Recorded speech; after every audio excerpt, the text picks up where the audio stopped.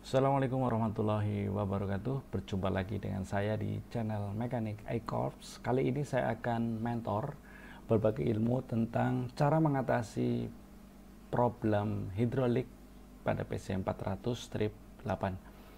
Oke, pada pertemuan kali ini yaitu pada problem hidrolik yang ketujuh, yaitu boom terasa lambat atau low power.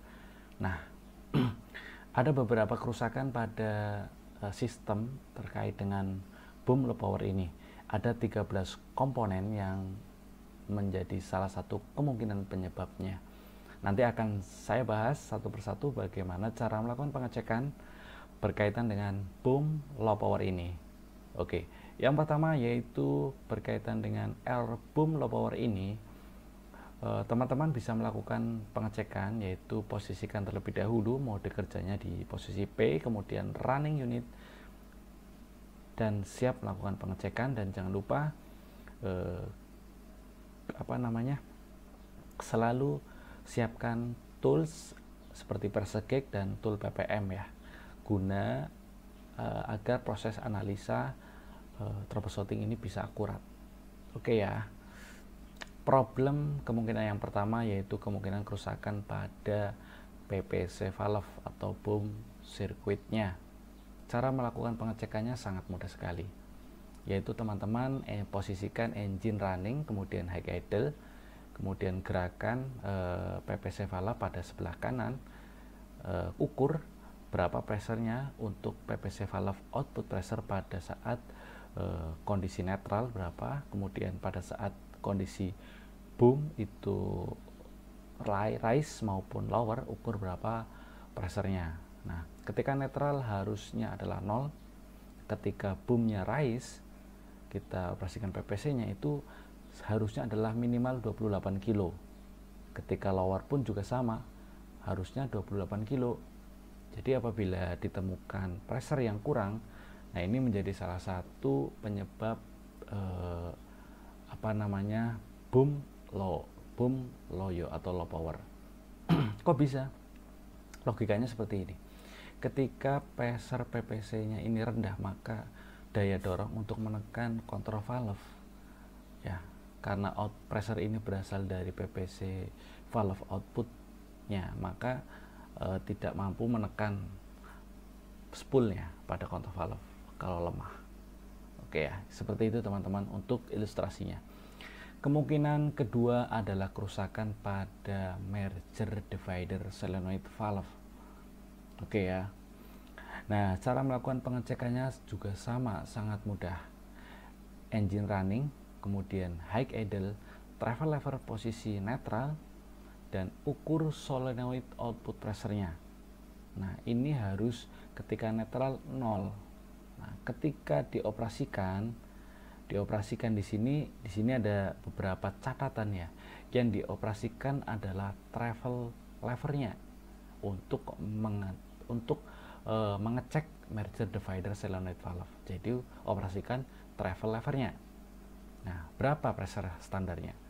Minimal 28 kilo. Nah, apabila kurang, mungkin ada masalah di solenoid valve merger dividernya, entah itu elektrikalnya mungkin bermasalah. Nah ya, teman-teman bisa lakukan pengecekan lebih detail. Tapi kali ini yang akan saya bahas yaitu tentang sisi hidrolik sistemnya ya. Oke. Selanjutnya kerusakan pada merger divider valve untuk main dan LS-nya, yaitu di spoolnya sendiri yang mengalami kerusakan. Nah, teman-teman bisa lakukan pengecekan untuk spool pada merger divider valve yang berada di kontrol valve di bagian belakang.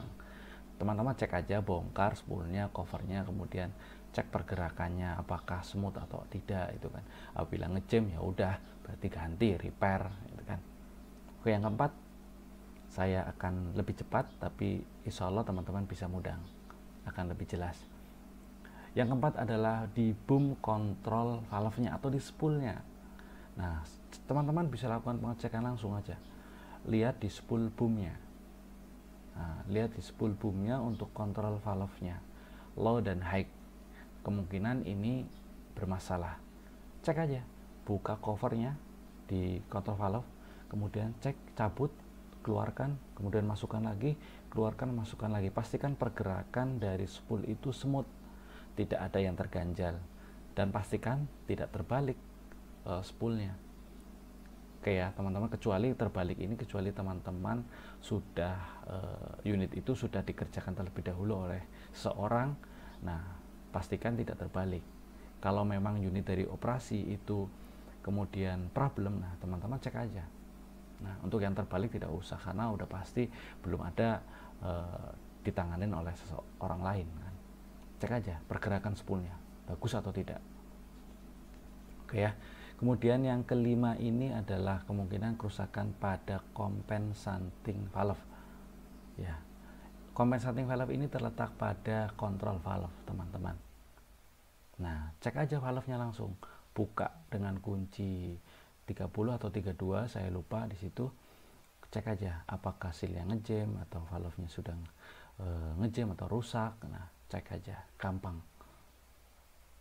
Nah, ini yang menjadi critical point-nya. Yang penting ketika kita mau melepas komponen hidrolik, pastikan hidrolik pressure-nya itu dirilis. Ya, rilis. Jangan sampai ada tekanan di dalam hidrolik sistemnya masih ada, kemudian kita buka, maka akan menyembur olinya, akan berbahaya.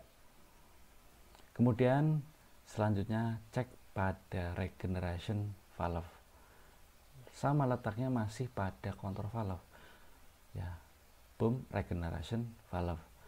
Cek aja fisiknya langsung, apakah ada o-ringnya kecepit, sealnya kecepit, atau spoolnya ngejam, springnya ngejam. Nah, cek. Yang ketujuh, cek pada boom kontrol valve pada bagian lock valve. Nah, cek teman-teman untuk lock valve-nya pada boom kontrol valve-nya di sisi low ya. Mungkin ini tidak berfungsi dengan baik, ngejam atau scratch, aus, sealnya rusak. Nah, periksa aja di boom control valve atau lock valve-nya. Nanti akan saya jelaskan di sesi control valve bagian-bagian daripada mana regeneration, mana merger divider, mana lock valve. Nah, nanti akan saya coba jelaskan. Saya akan fokus dulu ke troubleshooting-nya yang merupakan urgensi dari teman-teman semua di lapangan.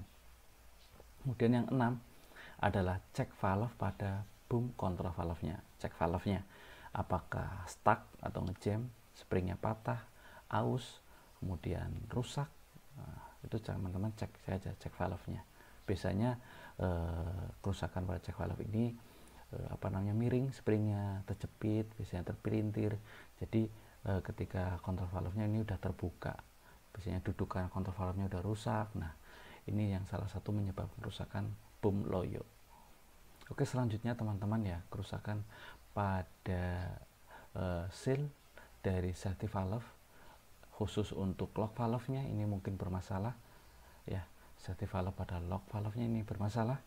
Periksa aja teman-teman semuanya, fisiknya aus atau enggak, seal-nya gimana, masih bagus atau tidak. Nah, lakukan pengecekan bongkar, nggak apa-apa, tidak ada critical point. Yang penting jangan sampai terbalik ketika kita melakukan pengecekan, nanti pemasangan kembali ya. Kemudian yang 10 yaitu kemungkinan kerusakan pada seal pada suction valve-nya. Suction valve-nya pada sisi bottom ya, pada sisi bagian bawah ini pada boom control valve yang low, mungkin ini bermasalah. Seal-nya mungkin terjepit, terpelintir, atau sudah gripis atau aus, terkikis. Nah, cek aja, ganti sekalian teman-teman. Apabila teman-teman mau ada problem ini, pastikan stok dari seal ini sudah teman-teman pegang ya. Karena setelah part ini dibongkar, sebaiknya harus dilakukan penggantian. Sekalianlah kita lakukan reseal untuk kontrol valve-nya. Untuk reseal kontrol valve itu tidak mahal kok teman-teman ya. Bisa teman-teman hubungi ke distributor terdekat atau bisa komen di bawah untuk estimasi cost overhaul kontrol valve. Tidak mahal dan murah aja teman-teman. Langsung aja ke distributor terdekat Anda. Kemudian selanjutnya kemungkinan kerusakan pada safety suction valve. Safety suction valve ini bisa lakukan teman-teman, bisa lakukan pengecekan ya.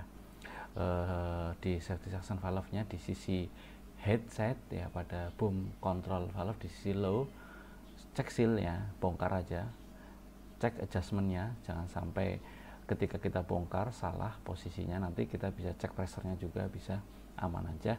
Yang penting teman-teman ingat berapa ulirnya ketika kita melakukan disassembly safety suction valve-nya. Tapi untuk kerusakan safety suction valve-nya ini jarang sekali problem ya, untuk kerusakan boom low-nya ini.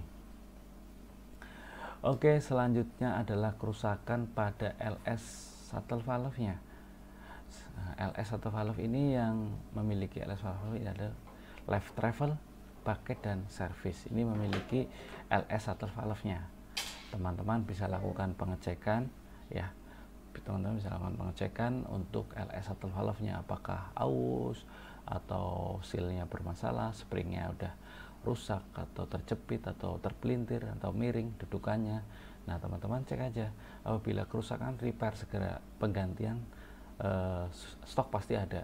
Nah, jangan lupa sediakan seal memang kalau pada saat melakukan pengecekan ini khususnya. Oke, yang terakhir adalah kemungkinan kerusakan pada boom silindernya. Nah, teman-teman bisa lakukan pengecekan boom silinder ini, caranya dengan engine. Nggak usah nangis sayang, nggak usah nangis. Udah sana, bobo sana. Kemudian pengecekan terakhir yaitu di boom silindernya. Caranya engine itu running, high idle, dan ukur internal leak pada boom silindernya. Caranya yaitu boom rise relief. Tapi teman-teman harus perhatikan prosedur cara pengecekan internal leak pada boom silinder, nanti akan saya bahas, tenang aja teman-teman. Nah, posisinya seperti ini ya nanti teman-teman ya. Boom rise relief, kemudian ukur berapa internal leak pada silinder boomnya. Standarnya 20 cc per menit. Nah, apabila terlalu banyak berarti artinya seal piston pada boom silinder sudah mengalami kerusakan. Oke, demikian 13 kemungkinan penyebab kerusakan boom loyo. Semoga bisa membantu teman-teman semua di lapangan dan bisa mempermudah tentunya. Demikian mentor dari saya. Assalamualaikum warahmatullahi wabarakatuh. Kenapa lagi? Oh, dilepas lagi.